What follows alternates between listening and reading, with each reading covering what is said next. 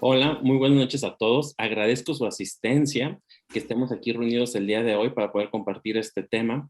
Quiero agradecer a Vitales por dar este espacio y seguir manteniendo el espacio que nos permite, como ya decía el doctor Eberto, poder estar en comunicación, poder dar pie a la educación médica continua, que ya lo decía en mi primera presentación. Sin duda, es de las cosas buenas que nos ha dejado la pandemia. Nunca se había sido tan fácil la educación médica continua desde la comunidad de nuestra casa para todos. Quiero agradecer al doctor Alberto Muñoz por seguir liderando este gran proyecto, que como bien decía, ya estamos próximos a cumplir un año con un rotundo éxito. Y también quiero agradecer al Colegio de Puebla, al doctor José Agustín Flores Licea, por ser nuestro colegio anfitrión de esta sesión. Bueno, para entrar a materia, el tema que vamos a desarrollar es impacto de la anestesia intravenosa en el anciano. Yo creo que es un tema de mucha relevancia para todos los que nos dedicamos a la anestesia en personas adultas, por las características que iremos desarrollando dentro de esta presentación. Pero algo que les quiero de una vez advertir es que si todos se pusieran a echarle un clavado a la literatura que ha sido publicada, es escasa. Hay muy poca información sobre cómo tendríamos que manejar al paciente en cuestión de técnicas endovenosas. El contenido de esta charla, hablaremos sobre la epidemiología de lo que es ser anciano o personas de la tercera edad, hablaremos de los cambios fisiológicos propios del envejecimiento y cuáles son las consecuencias de esos cambios fisiológicos. Tendremos que mencionar cuáles son las consideraciones que tendremos que acatar cuando estemos planeando técnicas endovenosas en los pacientes ancianos y cerraremos con unas conclusiones. Vamos a iniciar con esta gráfica. Imposible hablar de temas sin mencionar la densidad poblacional que tenemos actualmente en México. Esta es la que publicó el INEGI en el año pasado, en el 2020, donde podemos ver que todavía el grueso de esa población se sitúa entre pacientes, o en personas, perdón, de 5 a 19 años. Pero, ¿qué es lo que ha ido pasando a lo largo de los años? Si nosotros comparamos esta gráfica con años anteriores, vemos que ese pico era más, o la parte superior tendía a formar un pico o era más estrecha, a comparación a esta que suele ser un poco más ancha. Bueno, en el año 2015, INEGI, nuevamente en toda la información que podemos consultar en su página, nos dice que para el año 2015 la población de mujeres mayores de 60 años competía al 10.9% y de hombres el 9.6%.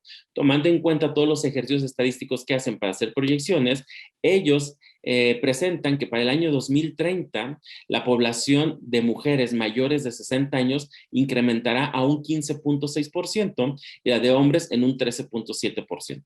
O sea, dejando en claro lo que ya se viene conociendo de muchos años atrás. Cada vez la población mayor de 60 años está incrementando. Bueno, esto gracias a todos los avances de la medicina que traen como una consecuencia un aumento en la expectativa de vida. Esto sumándolo a los cambios de vida que podemos tener cada uno de nosotros, en la alimentación y el ejercicio principalmente. Bueno, también tenemos que ser conscientes que que todas las personas mayores de 65 años, dicen las estadísticas que el 50% van a necesitar una intervención quirúrgica en algún momento de ese periodo de su vida. ¿Qué quiere decir esto? Que de cada 3 anestesias que estemos dando, uno va a ser un paciente mayor de 65 años. Y yo siempre hago este ejercicio en mi práctica y los invito a ustedes a que reflexionen, a los que se dedican a pacientes adultos, porque aquellos que se dedican completamente a población pediátrica, pues bueno, no se podrán dar cuenta de este fenómeno. Cada vez es más común que en mi práctica habitual de anestesiología oncológica tenga que enfrentarme a pacientes mayores de 65 años. De hecho, cada vez más tengo poblaciones de 80 años que son sometidos a un procedimiento quirúrgico relacionado a un evento oncológico. ¿Qué quiere decir estos datos que les he presentado? Que como anestesiólogos estamos obligados a conocer, a dominar y a poder ejecutar todas las características de este grupo de pacientes, que sin duda no las podremos pasar por alto porque jugarán un papel muy importante para el éxito de nuestro evento anestésico y en la evolución de nuestro paciente en el posoperatorio. Entonces tendremos que conocer obligadamente cuáles son los cambios fisiológicos del proceso de envejecer y cuáles van a ser las consecuencias para la toma de decisiones centradas exclusivamente a anestesia intravenosa. Bueno, tendremos que tener en cuenta que el proceso de envejecimiento va a estar compuesto por dos factores, los factores intrínsecos, que nos vamos a centrar en aquellos que posiblemente van a ser el envejecimiento del ADN, y los factores extrínsecos que podrán amortiguar o acelerar este envejecimiento. Ok, algo que tenemos que dejar en claro y por qué es un conflicto abordar o poder encontrar información o poder ejecutar estudios que ayuden a determinar estas cuestiones en el paciente senil, es que es una evolución completamente heterogénea. Decir que todas aquellas personas, por el simple hecho de cumplir 60 o 65 años, van a tener la misma modificaciones fisiológicas, no es cierto. Y un ejemplo de ello, pues bueno, en esta primera foto tenemos a Cher, yo creo que todo el mundo conocemos, y esa es una de las fotos más recientes. Aquí esta personalidad tiene 75 años y está al lado de su mamá, que tiene 85 años. Podemos ver, ciertamente podrán decir a carrilla o podremos atacar a Cher diciendo que se ha sometido a una gran cantidad de cirugías plásticas, pero sin duda hay que recordar que también hay otras celebridades que se han sometido a gran cantidad de cirugías plásticas y no han obtenido esos resultados. Hay que reconocer que tiene una gran ventaja en cuestión de su calidad de envejecimiento, y podremos asociar que a lo mejor sus procesos fisiológicos o su reserva fisiológica no se vea tan afectada. Si lo comparamos, o para ejemplificar esto, con esta otra imagen, que es también una persona de 75 años, la misma de Cher, pero aquí podemos ver físicamente cómo sí hay un deterioro, al menos físico, y podremos asociarlo que el deterioro en las funciones vitales también va a estar ya marcado. Bueno, tanto esos factores intrínsecos como esos factores extrínsecos, el proceso de envejecimiento no va a ser otra cosa más que un inevitable proceso de la pérdida de la reserva funcional del órgano que estemos hablando. Y lo más característico de este proceso de envejecer, es que vamos a ir perdiendo número de células, y que esas células van a ser sustituidas por un depósito de tejido cognitivo, que es en sí lo que va a tener todos los efectos fisiológicos del proceso de envejecer. Y en esta gráfica lo que pretendo es mostrarles cómo cualquier cuestión fisiológica que queramos medir, como puede ser la velocidad de conducción cardíaca, la velocidad de filtración glomerular, el flujo de plasma en los diferentes órganos, el tamaño hepático, la tasa metabólica basal, la capacidad respiratoria, el flujo coronario, invariablemente con el paso de los años se va a ver modificada. Pero es imposible, y algo que nos tiene que quedar claro de una vez, es imposible determinar que porque todas las personas tengan 60, 65 o 70 años, la disminución va a ser igual. No, no es igual. Tendremos que tener conciencia de que van a disminuir. ¿Qué tanto? Muchas veces no tendremos forma tan fácil de poder medirlo.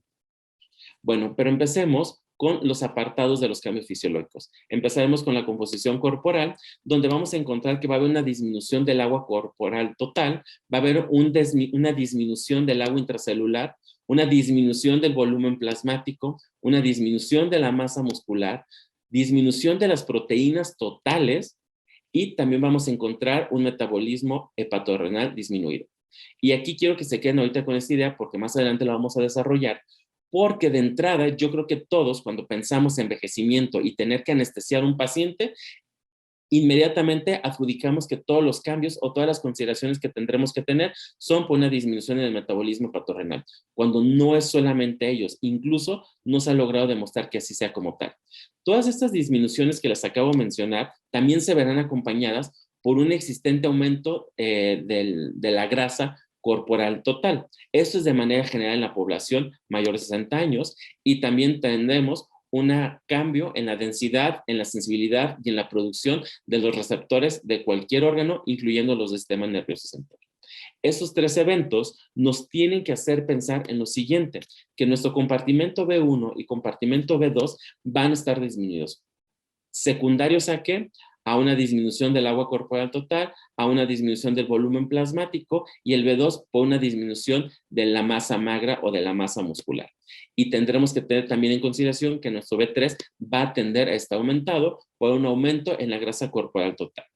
A esto tendremos que tener en relación que va a haber un aumento en la fracción libre de fármacos. ¿Secundario a qué? Principalmente por la disminución de proteínas. Bueno, si empezamos a sumar todos estos cambios, ¿qué es lo que van a ocasionarnos en la farmacocinética, en la farmacodinámica de estos fármacos? Pues bueno, la disminución de la masa magra, que es la disminución de B2, la disminución, el incremento, perdón, de la porción grasa, que es un incremento en B3, y la disminución de las proteínas totales, terminarán dando como resultado una mayor acumulación corporal de nuestros fármacos. Esto dependerá del fármaco que estemos utilizando y de las características propias. Eso será más significativo para aquellos fármacos que tengan una mayor liposolubilidad. Por ende, esta acumulación tendremos que pensar que nos van a traer un retraso al momento de la emersión o de la recuperación de nuestro paciente. Bueno, el incremento de la porción grasa, que es un incremento del B3, o sea, vamos a tener un B3 más grande si comparamos a un anciano con un paciente joven, nos va a tener un incremento de la vida media contextual de nuestros fármacos. ¿Qué quiere decir? Que a mayor tiempo de perfusión de una droga, pensemos en el propofol, mayor será la acumulación que tendrá y mayor será el retardo que voy a tener en la inmersión de nuestro paciente. Por ende, tendremos que tener en consideración lo siguiente, que la dosis administrada se va a correlacionar mejor con el peso real de nuestro paciente que con otros parámetros, como puede ser el parámetro, el peso ajustado o el peso ideal. El propofol, en este caso, usarémoslo como ejemplo, va a tener una alta concentración de acumulación en el tejido adiposo y eso solamente va a ser observado en aquellas perfusiones que sean moderadas a prolongadas. No así en infusiones o perfusiones, perdón, que tengan una duración de menos de 2 horas. Aquellas que empiecen a tener una duración de mayor de 2 horas, tendremos que pensar que su acumulación va a ser más significativa y esto se va a incrementar en aquellas que tengan 5 horas de duración, más de 8 horas de duración. También he estado mencionando que va a haber una disminución de la albúmina que va a ser alrededor del 10%, que esto va a impactar directamente sobre la farmacocinética de cualquier fármaco, sobre todo de aquellos que tengan una unión a las proteínas plasmáticas, principalmente centrándonos en la albúmina. Por tanto, va a tener un impacto directo sobre la dosis de carga, o lo que es equivalente a las dosis de bolo de nuestro fármaco. Pero también quiero que siempre tengamos en consideración que aparte de los cambios fisiológicos que pueda tener nuestro paciente geriátrico o nuestro paciente senil o nuestro paciente mayor de 60 años, tendremos que tener en consideración todas las características de los comórbidos o toda su situación clínica, porque hay que recordar que algunas enfermedades, como puede ser la diabetes, los estados hipertensivos, como artritis reumatoide, pueden modificar la cantidad de albúmina. Incluso también la enfermedad oncológica modifica hacia la baja la cantidad de albúmina. Si a esto lo sumamos con la pérdida fisiológica que va a tener, tendré que pensar que tengo muy poca albúmina y la fracción libre de mi fármaco va a ser mayor. O sea, la parte de que va a estar biodisponible tendrá mayor. Entonces, yo administro a mi paciente un bolo de X fármaco, vamos a tener una mayor exposición de la sustancia biodisponible durante los primeros minutos después a la administración de este bolo. Esto quiere decir que va a requerir menor cantidad de medicamento el paciente para tener un efecto. Usemos otra vez de ejemplo el propofol. Si yo tengo un paciente que tiene disminuida la cantidad de albúmina, ese paciente me va a requerir menor cantidad de propofol para tener un mismo efecto terapéutico. Pero eso ya no va a ser significativo, la disminución de albúmina, cuando yo esté planeando o que tenga que tener en mente las dosis de mantenimiento. Solamente será significativo para las dosis de carga. También tenemos que tener muy en mente el sistema cardiovascular y conocer cuáles son los efectos fisiológicos del envejecimiento. El más común es que va a haber una mayor rigidez en todas las estructuras del corazón, va a haber una menor respuesta hacia los vasoreceptores y va a haber una disminución del gasto cardíaco posiblemente hasta del 25%. Pero vuelvo a repetir, no porque inmediatamente una persona cumpla 60 o 65 años va a bajar su gasto cardíaco. Esto ya está perfectamente establecido en aquellos pacientes que ya tengan 80 años. De hecho, si revisamos mucha literatura que nos habla de los cambios o del comportamiento farmacocinético de nuestras drogas, hacen los ejercicios de comparar pacientes de 20 años contra pacientes de 80 años. También va a haber una disminución de las células del marcapaso sinusal. Para una persona que tenga 80 años, solamente tendrá el 10% de estas células del marcapaso. También habrá una disminución en la luz de los vasos capilares, que esto va a empezar a ser notorio desde los 50 hacia los 60 años, y la combinación de esos dos fenómenos, la disminución de la luz del vaso capilar y la disminución de las células del marcapaso, hacen que esta población tenga mayor disposición a cardiopatía isquémica o a la hipotensión, y eso simplemente por el hecho de envejecer. Tengo que tenerlo en mente que si yo estoy planeando hacer una inducción con propofol y no estoy calculando adecuadamente o no estoy prestando atención a las características clínicas de mi paciente, puede que la hipotensión sea mucho más marcada por encontrarse en ese grupo de edad, más aparte por el propofol y por las características de que a menor cantidad de albúmina, mayor será la fracción biodisponible y mayor puede ser la interacción con los receptores y tendremos más marcado este fenómeno. Pero, así como ya le veníamos mencionando, que va a haber una disminución del B1 por la disminución del agua corporal total, este fenómeno el cardíaco hasta un 25% va a traer un enlentecimiento del equilibrio plasma-cerebro que se va a ver reflejado en el tiempo de efecto pico de nuestros fármacos. Por lo tanto, nuestros pacientes van a requerir menor cantidad de medicamento para poder llenar ese B1, pero van a tomar más tiempo para lograr ese equilibrio entre el plasma y la biofase. Por ahí, algunos autores se propuso que entonces, tomando en cuenta este retardo en el equilibrio plasma-cerebro, pues se tenía que incrementar la dosis de carga para que no se vea tan prolongada. Pero aquí el problema que se enfrentaron fue, al momento que incrementamos la dosis, también estamos incrementando la fracción libre o la fracción biodisponible y mayor serán los efectos secundarios de los bolos de nuestros fármacos. El sistema respiratorio, yo creo que aquí nos vamos a llevar todos una sorpresa, porque si nos estamos enfocando en anestesias intravenosas, pensaríamos que no tendría cabida conocer cuáles son los cambios fisiológicos del sistema respiratorio. Pues sí, sí la tiene. De manera fisiológica va a haber un aumento en la rigidez torácica y un aumento del trabajo respiratorio. Tendremos una menor respuesta, o los pacientes tendrán una menor respuesta a la hipoxia, a la hipercapnia, y van a tener una disminución para tener fuerza en tos y el aclaramiento mucociliar. Teniendo en consideración estos cambios, pues bueno, vamos a conocer que nuestro paciente va a tener una disminución en la reserva funcional, va a haber un aumento del trabajo ventilatorio, predisposición a la fatiga, mayor dificultad para poderlos ventilar, a un aumento del riesgo de infecciones y de la broncoaspiración. Pero, ¿cuál es el principal papel que jugará cuando estemos planeando anestesias intravenosas? Bueno, el pulmón tenemos que tener en cuenta que juega con la farmacocinética de los fármacos. En pacientes jóvenes, tras un bolo rápido del propofol, se observó que el pulmón captaba hasta un 60% de la dosis administrada y que esta dosis que atrapaba se volvería al B1 o volvería a la circulación en el transcurso de 80 minutos después de haber administrado la dosis de carga. ¿Por qué es interesante esto? Porque todos los modelos farmacocinéticos que se han desarrollado, la población de estudio fueron pacientes jóvenes. ¿Qué quiere decir? Que observaron y tomaron en consideración este fenómeno. Pero ¿qué pasa con los ancianos? Los ancianos no tienen ese fenómeno de atrapamiento, o si lo tienen, será muy escaso. Entonces, le estaré adelantando un dato. No existe actualmente un modelo farmacocinético que tenga en consideración todas las características de mi población senil, incluyendo este fenómeno de atrapamiento pulmonar.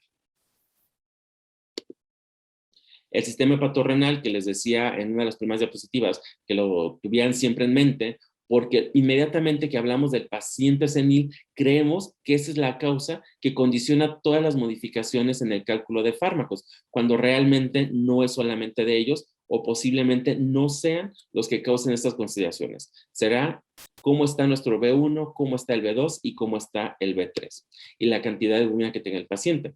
Pero tenemos que reconocer que por el simple hecho de envejecer va a haber una disminución en el flujo sanguíneo renal hasta del 10% por cada década de la vida, y la depuración de creatinina va a caer en un 40%. ¿Por qué les decía que posiblemente la disminución de estos órganos no sean los causantes del deterioro? Muy simple. Si nosotros hemos tenido la oportunidad de anestesiar a un paciente de 80 años y al momento que realizamos sus exámenes de laboratorio, si el paciente no es hipertenso, no es diabético o no tiene antecedentes de lesiones renal, podemos encontrar creatininas dentro de valores normales. Si nos quedamos solamente con esta idea que hay una disminución de flujo sanguíneo por cada década de la vida y que la depuración de la creatina cae, pues esperaríamos que todos los pacientes mayores de 65, incluso los pacientes de 80 años, tendrían que tener elevaciones de creatininas por arriba de 1.7. Y la realidad es que no pasa. El cuerpo es capaz de poder compensar esta pérdida de función. Por tanto, muchos mecanismos de depuración renal seguirán conservados. Obviamente habrá algunos fármacos que eso sí sea más significativo, pero centrándonos en los fármacos que dependemos para nuestra anestesia intravenosa, no se ha podido demostrar que el simple hecho por envejecer comprometa o vaya de la mano con un compromiso sobre la farmacocinética y la farmacodinámica de estos fármacos. También el el hígado va a tener una disminución en su masa alrededor del 10%, también va a disminuir su flujo sanguíneo, va a disminuir la velocidad de la biotransformación de las drogas y una menor producción de albúmina. Por la consecuencia de estos dos deterioros fisiológicos de estos órganos, pensaríamos que la disminución necesaria de nuestros fármacos tendrá obligadamente que ser menor, y no es así. Si revisamos la literatura, vamos a encontrar muchas revisiones, diferentes autores que no han podido asociar completamente este fenómeno, que porque el simple hecho que nuestro paciente envejezca y que la función renal y la función hepática disminuya, que sea obligadamente que nos vayan a requerir menor cantidad de medicamentos. Un ejemplo muy claro, o el que se ha visto que se sale completamente de esto, es el propofol. Podremos encontrar algunos pacientes que sí necesiten menor cantidad de medicamento relacionado exclusivamente por el deterioro de estos órganos, y tendremos otros pacientes que no, que depuran y metabolizan adecuadamente los fármacos que estemos utilizando.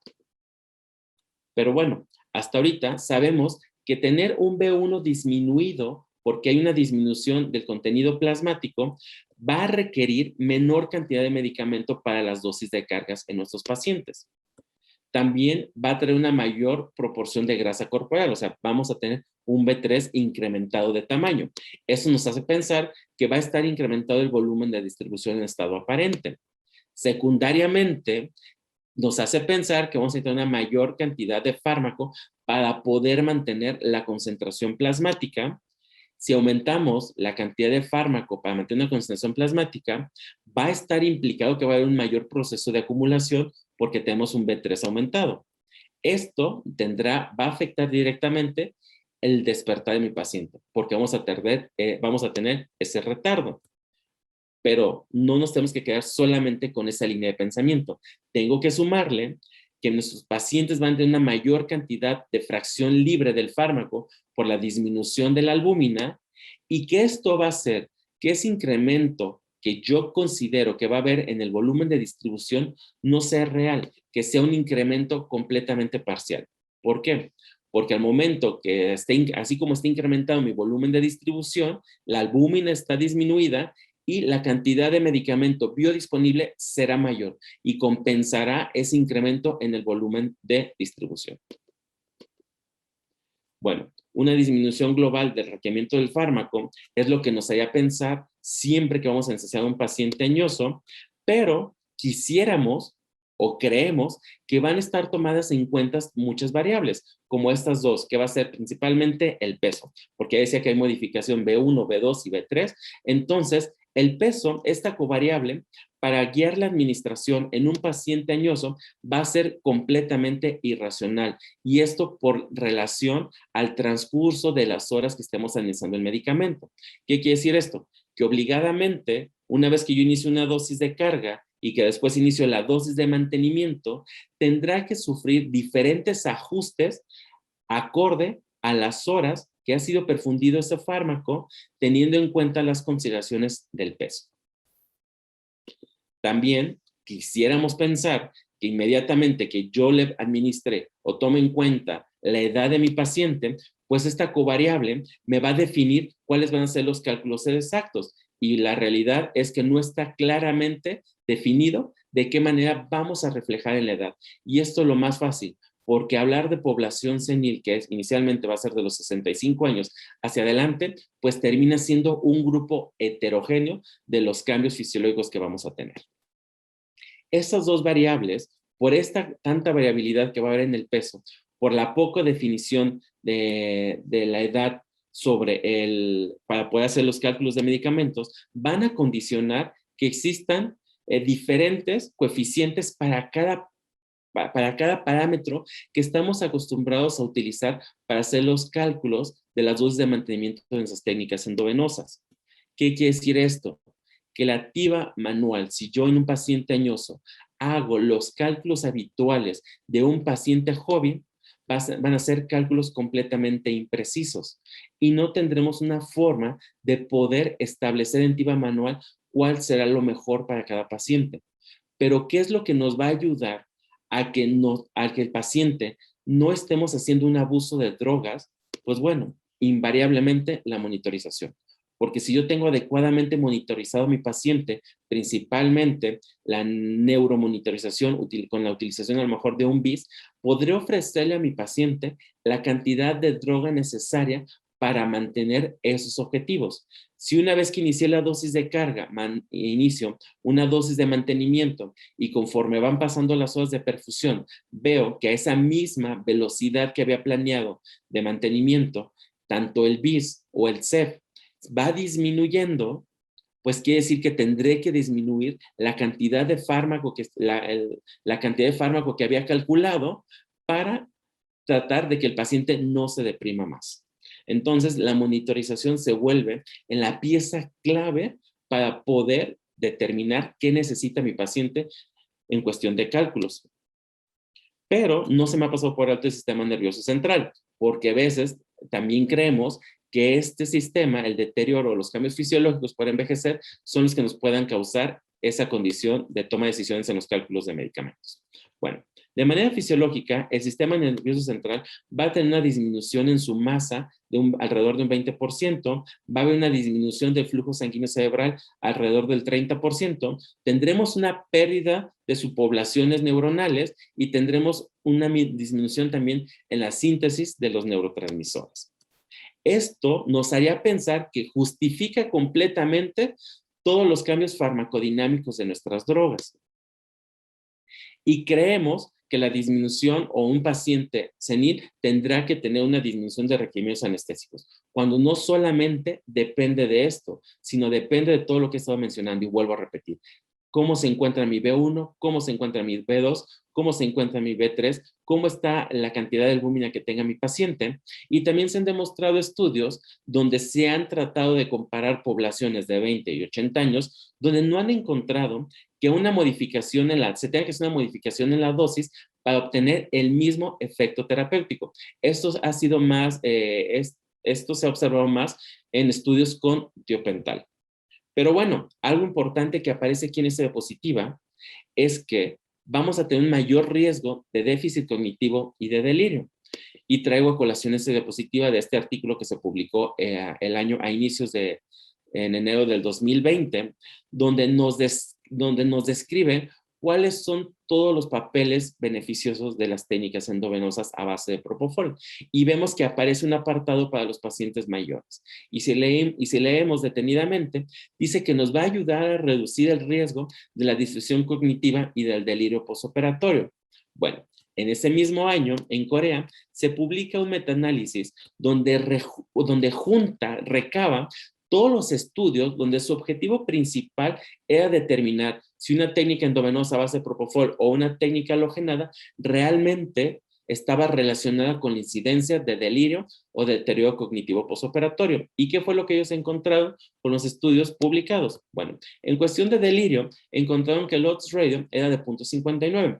Pareciera ser que darles una técnica endovenosa a base de propofol a los pacientes mayores de 60 años pudiera protegerlos de presentar delirio. Pero cuando revisamos los intervalos de confianza, vemos que va desde 0.15 hasta 2.26. Pierde completamente fuerza estadística. ¿Qué quiere decir esto? Que si yo tengo un paciente senil y le ofrezco una técnica endovenosa a base de propofol, puede que a lo mejor sí ayude a prevenir el delirio, pero no va a ser una regla. ¿Qué pasa con la disfunción cognitiva posoperatoria? Encontraron un odds ratio de 0.52 por debajo de la unidad y con un intervalo de confianza por debajo de la unidad, que va de 0.31 a 0.87. Entonces, hablando del concepto disfunción cognitiva posoperatoria en el paciente añoso, darles una técnica endovenosa a base de propofol sí les va a ayudar a prevenir este desenlace. También se ha investigado el desenlace más catastrófico en el posoperatorio, que es la mortalidad, y se ha tratado de asociar si alguna técnica tuviera impacto directamente sobre ella. En el caso de las técnicas endovenosas a base de propofol, se encontró que tiene un odds ratio de 1.21. Inmediatamente sabemos que darles una técnica endovenosa a base de propofol a un paciente mayor de 60 años actuará como un papel protector. No es cierto. Y los intervalos de confianza no lo corroboran. Va desde 0.33 hasta 4.45. Pero, ¿cuáles son las acciones clínicas que vamos a ejecutar tomando en consideración todo lo que ya les he presentado? Porque lo interesante es que nos lo podemos llevar a la práctica. ¿Y por qué?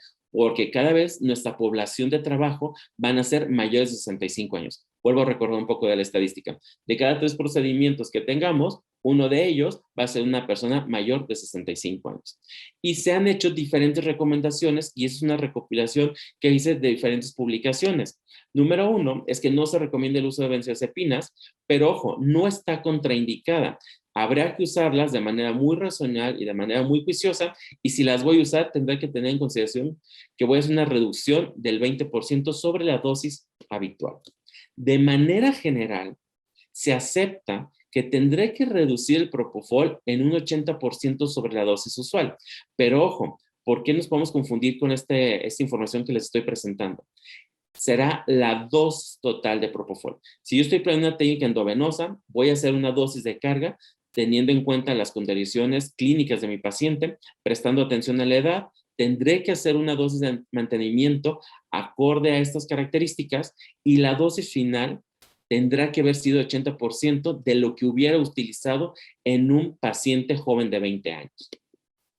Los opioides también tienen que sufrir una reducción alrededor del 50% sobre la dosis usual, y el ejemplo más claro es el remifentanilo, que un paciente para obtener el mismo efecto clínico en un paciente de 20 años necesitaré una concentración plasmática de 16 microgramos por mililitro, pero para un paciente de 80 años, la dosis que se utilizará para tener el mismo efecto clínico que el paciente de 20 años serán 7 microgramos por mililitro.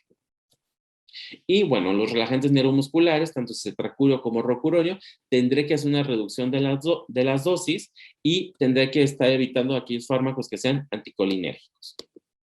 Bueno, ¿cómo utilizar el propofol cuando voy a hacer técnicas endovenosas? Y más que lo voy a hacer de manera manual, porque muchas veces las bombas TCI no las tenemos a disposición en todos lados. Y otra cosa que ya les había por ahí mencionado anteriormente, no existe un modelo farmacocinético que contemple todas las características del paciente oncológico, porque es muy difícil por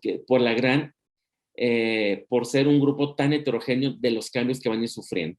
Bueno, se proponen algunos autores que tendré que iniciar con dosis de inducción de 1.2 microgramos por mililitro, dejar que tenga el efecto o que pase el efecto de esta dosis de carga y observar si obtuve un efecto pico o no, o sea, el efecto clínico deseado o no lo tuve. En caso de no haber obtenido el efecto clínico deseado, incrementaré a una concentración de 1.6 microgramos por mililitro, y de igual manera, dar tiempo y observar si obtuve el efecto clínico. Si no es así, podré incrementar a 1.8 microgramos por mililitro y tendré que estar constantemente observando en qué momento obtuve el efecto o la respuesta clínica deseada, y a partir de ahí dejar esa como la dosis de mantenimiento, prestando atención al monitoreo para saber en qué momento tendré que ir haciendo las reducciones de mi fármaco. Nuevamente el remifentanil, algunos autores recomiendan que en caso de perfundirlo, las dosis que nos van a dar en sus pacientes de la tercera edad, se recomienda iniciar con 0.25 microgramos kilogramo minuto e ir ajustando acorde a la respuesta que podamos tener.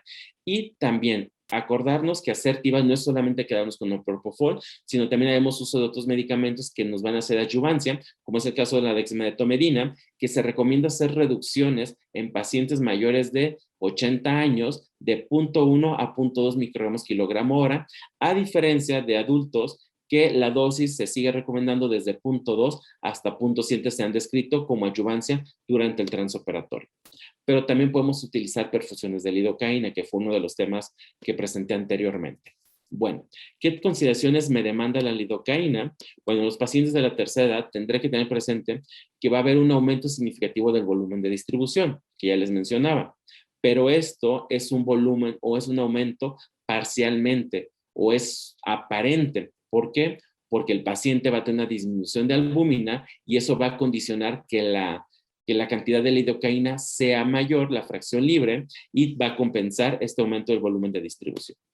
La vida media de eliminación sí se va a prolongar porque es un medicamento que depende tanto de un metabolismo hepático como una eliminación renal, pero tendré que prestar atención si es que el paciente tiene compromiso en los estudios de laboratorio de la disminución de estos órganos. Si es un paciente que tiene aumento de la creatinina o es un paciente que pudiera tener un aumento significativo de las transaminasas, tendré que pensar que ya está comprometida esta función y que eso es lo que me va a demandar que la vida media de eliminación se prolongue.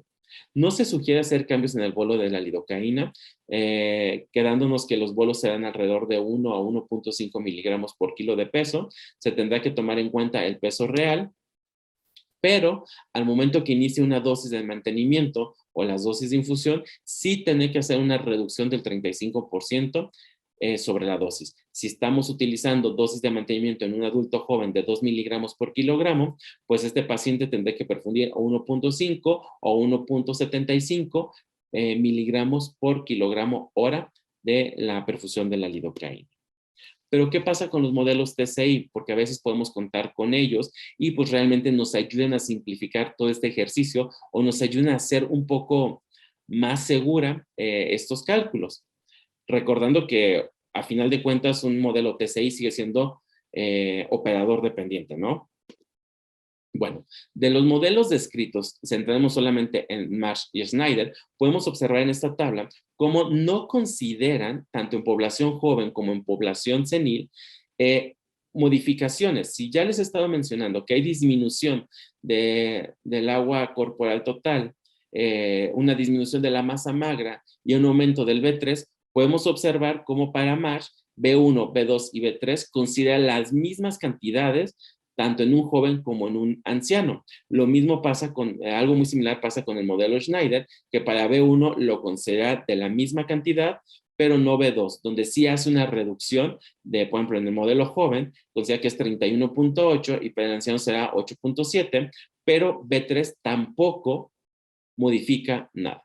Tomando en cuenta esos dos modelos farmacocinéticos que son los que podremos tener a la mano en bombas TCI, pues el modelo que se vuelve de elección TCI será el modelo Schneider. En el caso de que estemos utilizando un opioide, se recomienda que tenga que ser remifentanil porque al momento que se describió el modelo de Minto, sí toma en consideración algunas cuestiones sobre el peso para hacer ajustes y en la edad para tratar de disminuir la cantidad que le va a estar administrando a nuestro paciente. Como conclusiones para esta charla, siempre tendremos que considerar los cambios fisiológicos del envejecimiento y sumarlos o tener en consideración las condiciones clínicas de cada paciente. Si nuestro paciente es diabético, si nuestro paciente es hipertenso, si nuestro paciente tiene un estado nutricional alterado, esto va a condicionar que algunos cambios fisiológicos van a ser mucho más marcados.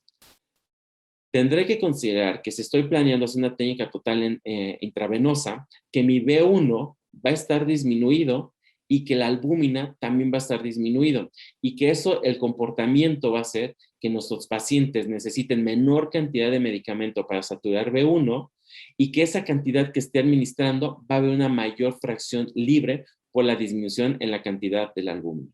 Si planeo utilizar modelos TCI, tendré que utilizar modelo Schneider porque sí hace un ajuste sobre el B2. Y tendré que tener en mente que a una prolongación de vidas medias a mayor tiempo de administración de un fármaco, más de 5 horas, esto me obliga a tener que hacer reducciones en las dosis que esté administrando porque va a incrementar la vida media contextual y me va a hacer que mi emersión se tarde. Por mi parte sería todo. Agradezco todos sus asistencia. Soy el doctor José Abraham Favela Barragán. Aquí dejo mi correo por si hubiera alguna duda o si gusten que les comparte alguno de los artículos que se utilizaban para esta presentación. Agradezco a todos.